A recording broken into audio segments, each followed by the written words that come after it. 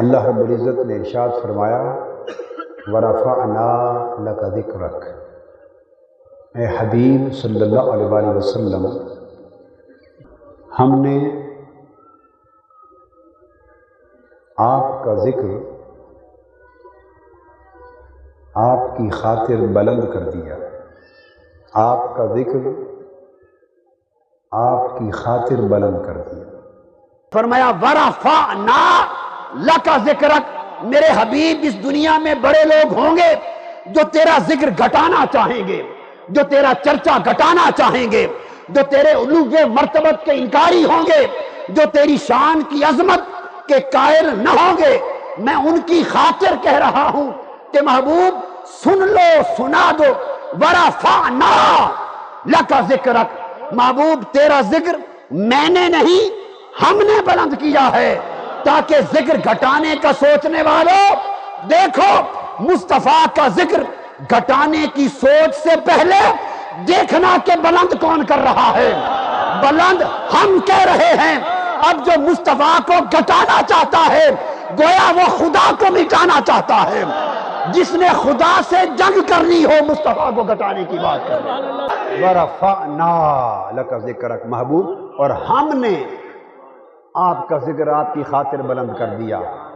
یہ ہم خود کو نہیں سنا رہا، وہ ہمیں سنا رہا ہے۔ کیا؟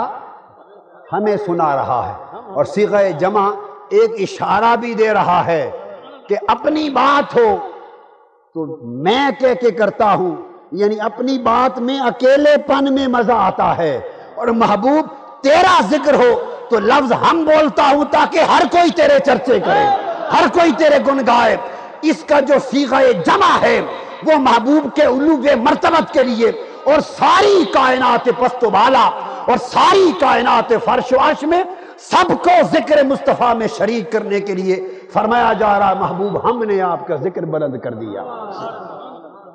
جب ذکر بلند کرنے والے ہم ہیں تو کون ہے جو گھٹانے کا سوچ سکے؟ تو گھٹانے والے ابو لہب بھی مر گئے، ابو جہل بھی مر گئے۔ جس نے گھٹانے کا سوچا وہ مر گئے، اور اعلیٰ حضرت نے فرمایا نہ گھٹا ہے نہ گھٹے گا کبھی چرچا تیرا۔ نہ گھٹا ہے نہ گھٹے گا کبھی چرچا تیرا۔ مر گئے، مٹتے ہیں، مٹ جائیں گے آدھا تیرے۔ نہ گھٹا ہے نہ گھٹے گا کبھی چرچا تیرا۔ کیوں؟ وَرَفَعْنَا، ہم جو چرچا کرنے والے ہیں، ہم چرچا کرنے والے، اور فرمایا ہم نے بلند کر دیا۔ وَرَفَعْنَا، ہم نے بلند کر دیا۔ کیا مولا؟ کیا بلند کر دیا؟ وَرَفَعْنَا، اور ہم نے بلند کر دیا۔ باری تعالیٰ کیا